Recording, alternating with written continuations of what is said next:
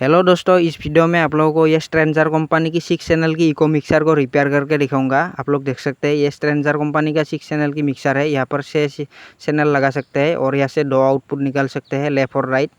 तो आप लोग देख सकते हैं ये मिक्सर बिल्कुल भी पावर ऑन नहीं हो रहा है, चालू नहीं हो रहा है। सबसे पहले आप लोगों को चेक करके दिखा देते हैं इस बोर्ड में ये पावर सप्लाई के केबल को लगा के दिखा देते हैं। आप लोग देख सकते हैं ये इसका पावर सप्लाई का मेन केबल है और इस केबल तार को इस बोर्ड में लगा दिया हूँ मैंने। यहाँ पर स्विच को भी ऑन कर दिया हूँ, आप लोग देख सकते हैं।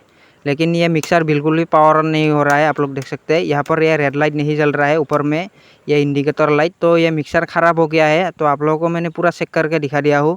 ये मिक्सर को अब मैं रिपेयर करके दिखाऊंगा। इस मिक्सर के अंदर में कहाँ पर फॉल्ट प्रॉब्लम हो सकता है, आप लोग भी इस वीडियो को देख के ये मिक्सर को आसानी से रिपेयर कर सकते हो। तो ऊपर में यहाँ पर जो 4 स्क्रू लगा रहते हैं, इस 4 स्क्रू को खोल लेते हैं सबसे पहले। और किनारे में भी 2 स्क्रू लगा रहते हैं इस कैप में। यहाँ पर आप लोग देख सकते हैं, इस स्क्रू को भी खोल लेते हैं यहाँ से। तो यहाँ से मैंने ये दोनों स्क्रू को खोल लिया हूँ और दूसरे तरफ भी यहाँ पर इसको खोलना होगा। इसको खोलने के लिए यहाँ से भी 2 स्क्रू को खोल लेते हैं। आप लोग हमारे चैनल को सब्सक्राइब कर सकते हो आप लोग इस रिपेयरिंग वीडियो को देखने के लिए। तो यहाँ से ऊपर में ये दोनों स्क्रू को खोल लेते हैं और पीछे की तरफ भी यहाँ पर 2 स्क्रू लगा रहते हैं, इस दोनों स्क्रू को भी खोलना होगा आप लोगों को। ये सभी स्क्रू को मैंने इस मिक्सर से खोल लिया हूँ और उसके बाद स्क्रू ड्राइवर को यहाँ पर किनारे में साइड में ऐसे अंदर डाल दे के इसको उठा देना है। ये आसानी से खोल गया है, आप लोग देख सकते हैं। ये मिक्सर 2 भागों में बट गया है। और यहाँ पर जो ये सर्किट देख रहे हैं, इस सर्किट को खोलना होगा। जो ड्राइवर सर्किट है इसका, ये मेन पावर सप्लाई की, इस सर्किट को यहाँ से खोलना होगा। खोलने के लिए यहाँ पर जो ये स्क्रू है, इस स्क्रू को सबसे पहले आप लोगों को खोलना होगा। इस सर्किट को ज़रूर खोलना होगा क्योंकि ये मिक्सर 2 भागों में बांटने में यहाँ पर थोड़ा दिक्कत आ रहा है, इसीलिए इस सर्किट को खोलना ज़रूरी होगा। तो ये सर्किट को मैंने खोल लिया हूँ। और उसके बाद यहाँ पर ये जो पावर सप्लाई का ट्रांसफार्मर है, ये DC 12 वोल्ट का पावर सप्लाई की ट्रांसफार्मर, इसको भी खोलना होगा आप लोगों को। आप लोग देख सकते हैं ये पावर सप्लाई की सर्किट को मैंने खोल लिया हूँ और ये ट्रांसफार्मर को भी खोल लेते हैं। इसको खोलने से ये आसानी हो जाएगा मिक्सर को चेक करने पर। यहाँ पर भी 2 स्क्रू को मैंने खोल के यहाँ से ट्रांसफार्मर को खोल लिया हूँ। ये मेन पावर सप्लाई का ट्रांसफार्मर है। तो आप लोगों को मैं इस मिक्सर की सभी प्रॉब्लम को एक एक करके चेक करके दिखाऊंगा, ये सारा कंपोनेंट्स को कहाँ पर फॉल्ट प्रॉब्लम हो सकता है। तो सबसे पहले आप लोग ये जो मेन पावर सप्लाई का केबल तार देख रहे हैं आप लोग, जो यहाँ से 220 AC वोल्ट करंट आ रहा है यहाँ पर जो आता है। तो इस केबल को आप लोगों को सबसे पहले चेक करना ज़रूरी है। एक तार यहाँ पर स्विच में लगा रहते हैं और ये दूसरा नीले तार यहाँ पर जो ट्रांसफार्मर का प्राइमरी कॉइल है, रेड तार में यहाँ पर लगा रहते हैं। आप लोग देख सकते हैं एक तार ये स्विच में और ये दूसरे तार इस ट्रांसफार्मर की यहाँ पर मेन पावर सप्लाई के तार में यहाँ पर ऐसे जॉइन रहता है। तो इस जॉइंट को यहाँ से खोलना है आप लोगों को। सबसे पहले इस तार को चेक करना ज़रूरी है क्योंकि ये ज़्यादातर ये तार ही ख़राब हो जाता है, ये मेन जो पावर सप्लाई का तार है। तो सबसे पहले मैं ये तार को चेक करूँगा, ये पावर सप्लाई के तार को। यहाँ से मैंने दोनों तार को यहाँ से खोल लिया हूँ। तो ये जो प्लग देख रहे हैं, इस प्लग के अंदर से इस दोनों तार में यहाँ पर करंट आउटपुट हो रहा है या नहीं, इसको चेक करना ज़रूरी है आप लोगों को।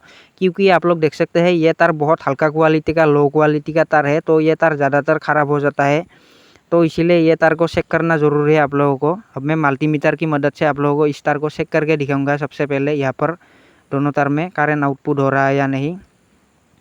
तो मल्टीमीटर के कोई भी एक तार को इस प्लग में यहाँ पर ऐसे लगा देना है ऐसे, और तार की दूसरे साइड में यहाँ पर ऐसे लगा देना है एक टर्मिनल को। तो मल्टीमीटर से मैं चेक करूँगा अभी। तो यहाँ पर एक तार को लगा दिया हो और ये दूसरे साइड में लगा देने से मल्टीमीटर पर अगर रीडिंग आ रहा है तो ये तार ठीक है। और यहाँ पर ये दूसरा प्लग की ये दूसरे टर्मिनल को भी चेक करना है, ये रेड तार को यहाँ पर ऐसे। तो आप लोग देख सकते हैं दोनों तारों में से रीडिंग आ रहा है प्लग की। तो ये तार ख़राब नहीं हुआ है, आप लोगों को मैंने पूरा चेक करके दिखा दिया हूँ। इस दोनों तार से इस प्लग से रीडिंग आउटपुट हो रहा था, तो ये तार को मैंने चेक करके दिखा दिया हूँ। अगर आप लोगों का रीडिंग नहीं आ रहा है तो ये आप लोगों को ये तार को रिप्लेस कर लेना, क्योंकि ये तार भी कभी कभी ख़राब हो जाता है। तो ये इस मिक्सर में ये तार ख़राब नहीं हुआ है। और ये जो दूसरा कंपोनेंट्स है, ये पावर ऑन ऑफ का स्विच, ये स्विच भी कभी कभी शॉर्ट सर्किट होकर ख़राब हो जाता है। तो आप लोगों को इस स्विच को चेक करना ज़रूरी है। अब मैं स्विच को ऑन करके चेक करूँगा यहाँ पर रीडिंग आउटपुट हो रहा है या नहीं स्विच की दोनों टर्मिनल पर।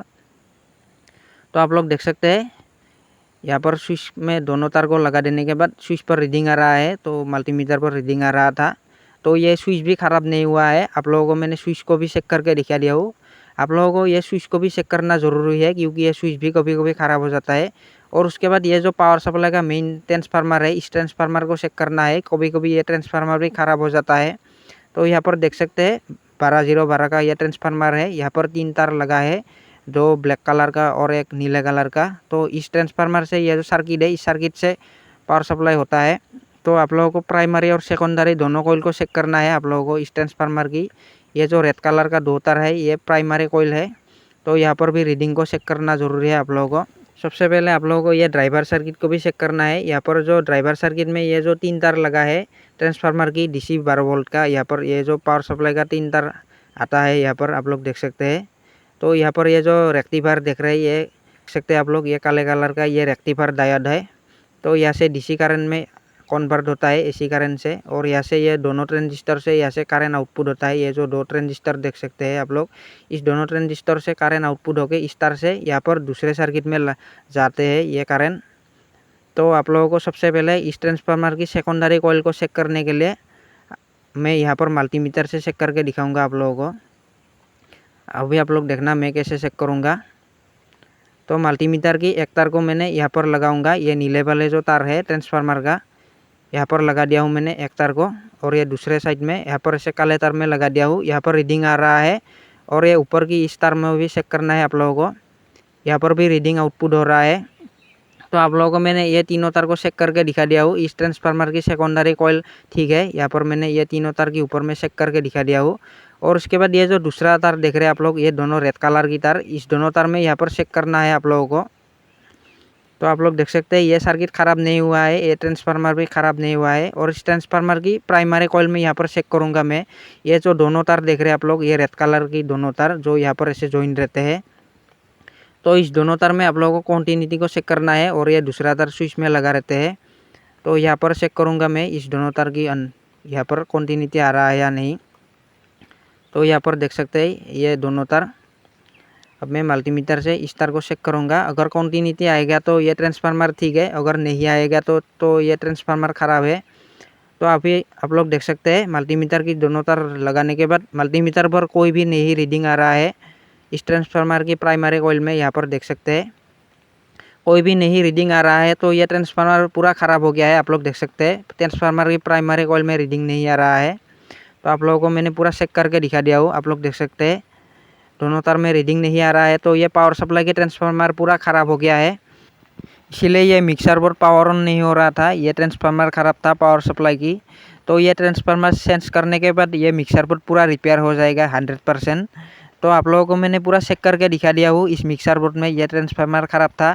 ये 12 वोल्टेज का ट्रांसफार्मर है, 12-0-12 का ट्रांसफार्मर। यहाँ पर आप लोग 9 वोल्ट का भी ट्रांसफार्मर लगा सकते हो, लेकिन ये 12 वोल्ट का ही ट्रांसफार्मर है। और ये दूसरा जो पावर सप्लाई का ड्राइवर सर्किट है, यहाँ पर देख सकते हैं ये काले रंग का ये रेक्टिफायर डायोड है। ये डायोड भी कभी कभी ख़राब हो जाता है, तो आप लोगों को इस डायोड को भी चेक करना ज़रूरी है। और किनारे की ये दोनों ट्रांजिस्टर को भी चेक करना बहुत ज़रूरी है आप लोगों को। तो ये ट्रांसफार्मर ख़राब हो गया है इस मिक्सर बोर्ड में। सबसे पहले आप लोगों को ये जो पावर सप्लाई का मेन केबल है, इस केबल को चेक करना ज़रूरी है, क्योंकि ये केबल बहुत हल्का क्वालिटी का है। ये केबल कभी कभी बहुत आसानी से ख़राब हो जाता है। तो आप लोगों को सबसे पहले ये केबल को चेक करना ज़रूरी है। इस केबल को स्विच बोर्ड में लगा के यहाँ पर आप लोग पावर सप्लाई दे के यहाँ पर एक बल्ब भी जला के इस केबल को चेक कर सकते हो। अगर यहाँ पर करंट आउटपुट हो रहा है तो ये केबल ठीक है। और ये दूसरा जो स्विच देख रहे हैं आप लोग, ये पावर ऑन ऑफ का स्विच, ये स्विच भी ख़राब हो जाता है। तो आप लोगों को इस स्विच को भी चेक करना ज़रूरी है, यहाँ पर रीडिंग आउटपुट हो रहा है या नहीं, इस स्विच के अंदर से पावर सप्लाई हो रहा है या नहीं। तो आप लोगों को मैंने सभी कंपोनेंट्स को एक एक करके चेक करके दिखा दिया हूँ इस मिक्सर बोर्ड की। इस मिक्सर बोर्ड में ये ट्रांसफार्मर ख़राब हुआ था, तो इस ट्रांसफार्मर अभी तो मेरे पास नहीं है। जब मैं ये ट्रांसफार्मर मुझे मिलेगा, ये ट्रांसफार्मर को रिप्लेस करके आप लोगों को ये मिक्सर बोर्ड को फिर से रिपेयर करके एक दूसरा वीडियो बना के दिखाऊंगा। तो आज के वीडियो में इतना ही था। अगर आप लोगों को ये वीडियो अच्छा लगा तो लाइक कर देना, और चैनल पर नए हो तो प्लीज़ चैनल को सब्सक्राइब कर लेना।